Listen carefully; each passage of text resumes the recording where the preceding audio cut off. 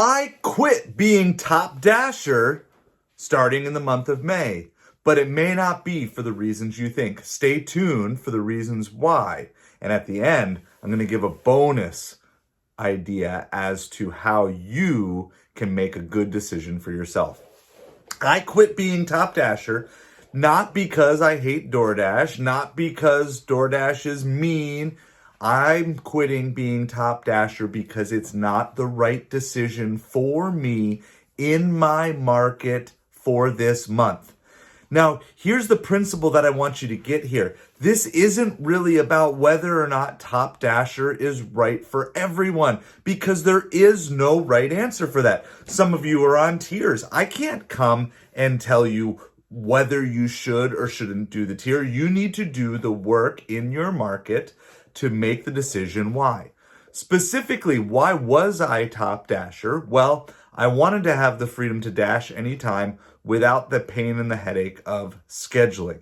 However, now that we're moving into off season down here where I'm at, I'm planning on doing a lot more Instacart and maybe some more Shipt.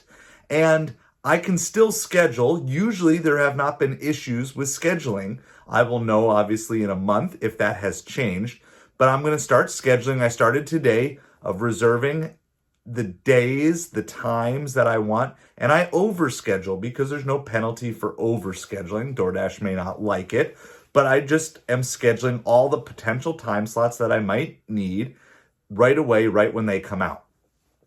But a couple other reasons. One, DoorDash took away the large order program from me. I don't know why. I don't know if it's something I did. I never got a message. I have had multiple email conversations with them saying that it's going to be fixed, and it hasn't been fixed. Well, guess what? Without the large order program, it's just simply not worth the Dash Anytime feature. Most of the orders that I get outside of the large order program are exactly the same no matter what the acceptance rate is. And I don't have to have this penalty of taking 100 or at least taking 70 bad orders at the end of the month just to get my acceptance rate up. Now, in my market, it's worth it to be Top Dasher with large order program. But for me, it's not worth it if I don't have the large order program. So being that I've given this time and I've tried it out as Top Dasher without large order program, it simply isn't worth the time. I can do better cherry picking the orders that have hidden tips on them on both Uber Eats and DoorDash, as well as partnering with Instacart, Grubhub, and like I said, checking in on Shipt and also working on getting on some other gig delivery apps. I'm going to make the decision that's right for me. So I don't want this to sound like it's a bashing DoorDash, because guess what? If I get the large order program back, then I might be Top Dasher next month. It's going to change depending on what the situation is. So how do you best know what to do? And this is really what I want to get to in this video. The main thing that I would say is you need to know and study your market. You have to know and understand, are there seasonal changes in your market like we have here? We have a large percentage of people who are snowbirds leave. We're not just talking a handful of people. It is significant to the economy down here. And many of our snowbirds are the ones who make the best orders on the restaurant delivery apps. However, there is a pretty constant market for people ordering groceries down here.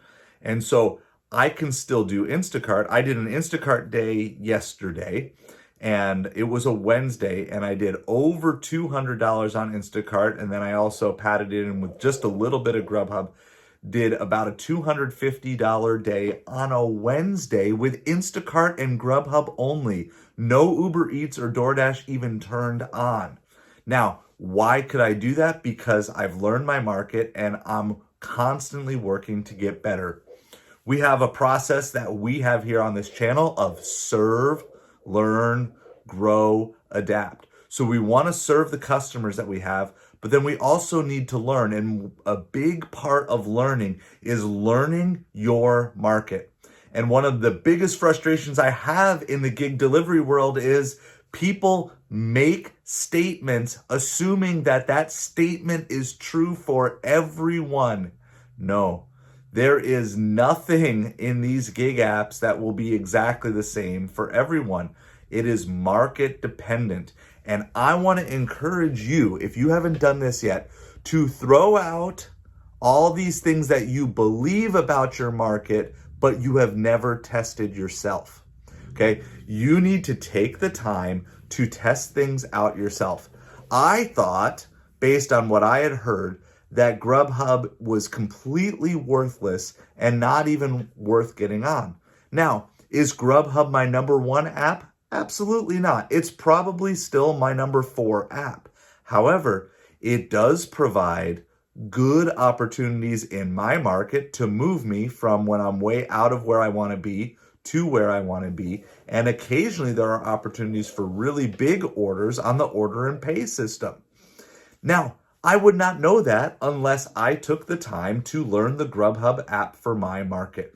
So I would encourage you, sign up for any and every app, get on the wait list for anything that you're interested in. Like currently I'm on the wait list for Amazon Flex and Walmart Spark. There's no openings in my market, but I'm on the wait list. And while I'm on the wait list, I'm not just sitting doing nothing. I'm using the other apps, and I now have access to Shipped. I haven't done anything on Shipped because I don't really like the interface. I don't like how it's set up.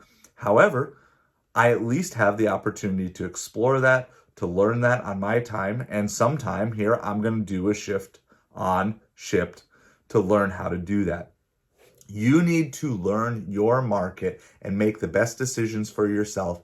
And those decisions may change from month to month.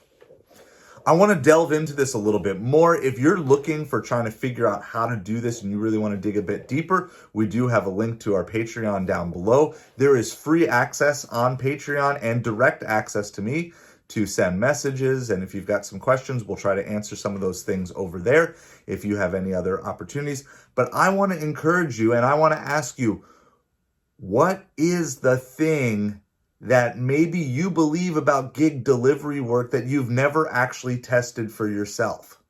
Let me know down in the comments.